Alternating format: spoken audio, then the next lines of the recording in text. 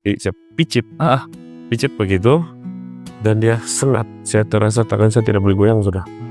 Dan ini besar kan? Ya. Dia lebih besar lagi. Kau tahu kan, betul kalau tanda hitam itu isi kau sudah buruk itu, mau putung. Ya, busuk. Pernah sekali ibu saya katakan, jangan terbiasa buat begitu. Nanti kalau sudah terbiasa akan membuatkan kau jadi tinggi hati.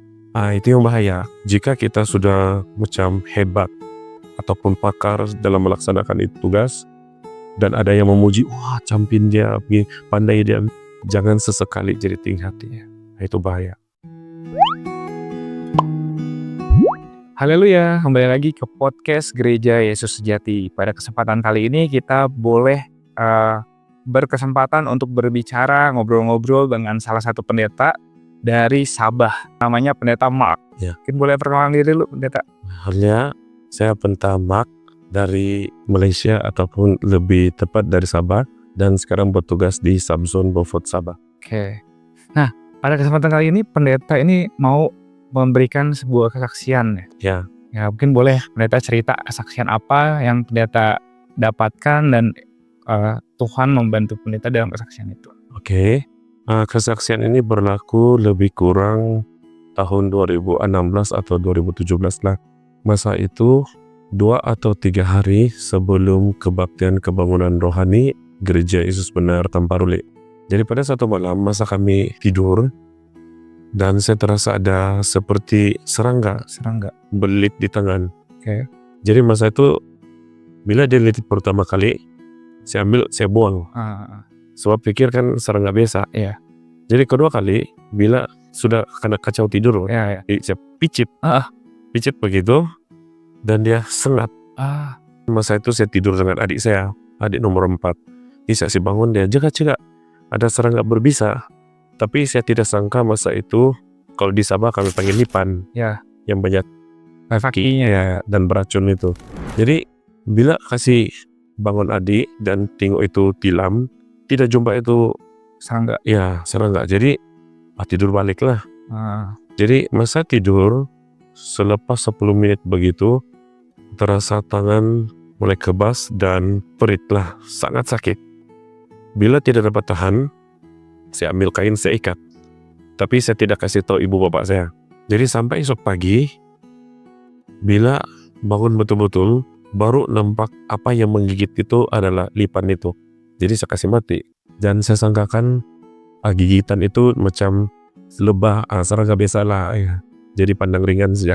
Saya tidak terfikir masa itu, masa KKR pun hampir dekat. Dan pada waktu itu, hanya saya seorang pianis untuk 3 kumpulan choir. 2 kumpulan choir kanak-kanak, 1 kumpulan choir dewasa. Jadi ketika hampir masa untuk KKR, esoknya lah begitu kan, saya terasa tangan saya tidak boleh goyang sudah. Dan ini besar kan? Ya. Dia lebih besar lagi. Membengkak. Ya, membengkak. Dan ibu bapak saya tanya, kenapa tanganku begitu? Ya. Saya, tidak biasa saya diam. Tapi bila masa makan tengah hari, mama saya nampak ada hitam. Biasanya kalau daging sudah digigit dan ada tanda hitam, artinya itu isi mati, itu racun sudah ya di situ. Jadi ibu bapak saya tanya, apa sebenarnya terjadi? Baru saya kasih tahu ada lipan yang gigit. Jadi tidak letak kumpul, tidak langsung tidak, apapun tidak. Jadi saya ambil sedikit masa pergi latihan main piano untuk latihan choir. Untuk tekan dia dapat tekan, sebab jadi sudah besar. Itu piano pun didangam, tidak dapat tekan dan tidak dapat angkat lengan. Saya sangat sakit. Jadi bila berpikir masa itu hampir sampai hari Jumat, hari Kamis, saya pikir macam mana mau main untuk hari Jumat malam. Masa itu ada 2 kumpulan choir yang saya akan iring. Jadi saya terfikir saya doa saja. Doa saya pun tidak seperti doa yang betul-betul macam Tuhan, saya akan main untuk 3 bulan choir, tapi tangan saya tidak dapat goyang. Jadi macam mana Tuhan, bolehkah Tuhan buat sesuatu? Dan pada hari 5, dan saya tidak sendiri, saya tidak sadar, bila saya pergi latihan balik, sembuh sendiri. Dan bengkak itu mulai kempes. Dia tidak lagi yang pelan-pelan, terus ya. Saya sendiri pun tidak sadar, dan itu tanda sengatan tinggal itulah yang ini saya titik sih. Ya, titik ini. Dia punya yang buruk itu pun hilang. Jadi saya tidak tahu, gigitan itu sangat serius.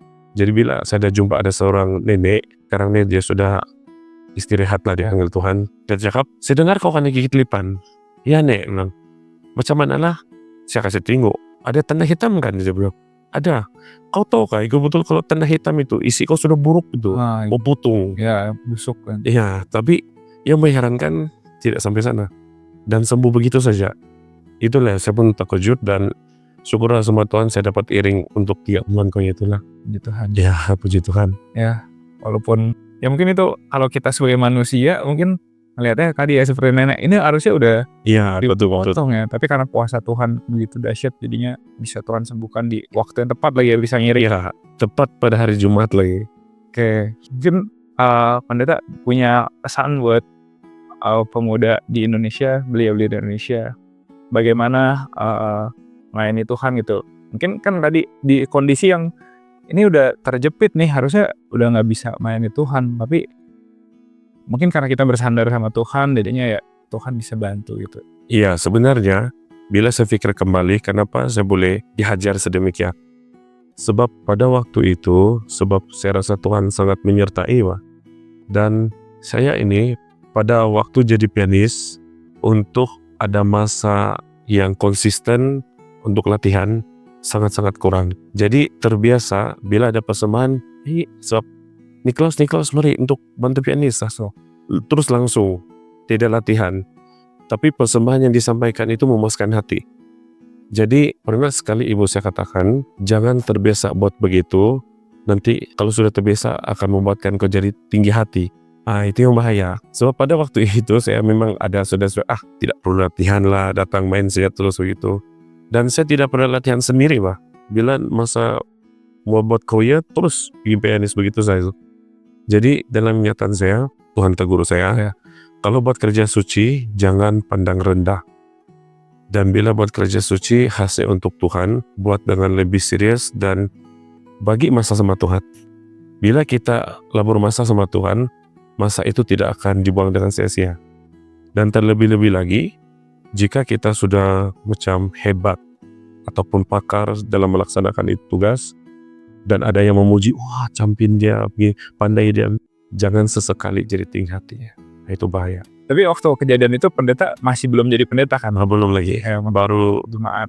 Ya masih jemaat saja. Ya, seringkali kita merasa ketika kita sudah sering melayani gitu ya, kita akan merasa ini udah biasa kita. Iya. Kita merasa ini udah sering lah, udah nggak usah lah latihan lagi gitu. Kita maju langsung aja pun mungkin bisa. Tapi kadang itu yang membuat kita lupa sebenarnya ya itu semua kemampuan itu Tuhan yang kasih. Betul. Ya. Mungkin kita ya perlu setiap kali kita melayani kita harus ingat untuk melakukan dengan serius ya.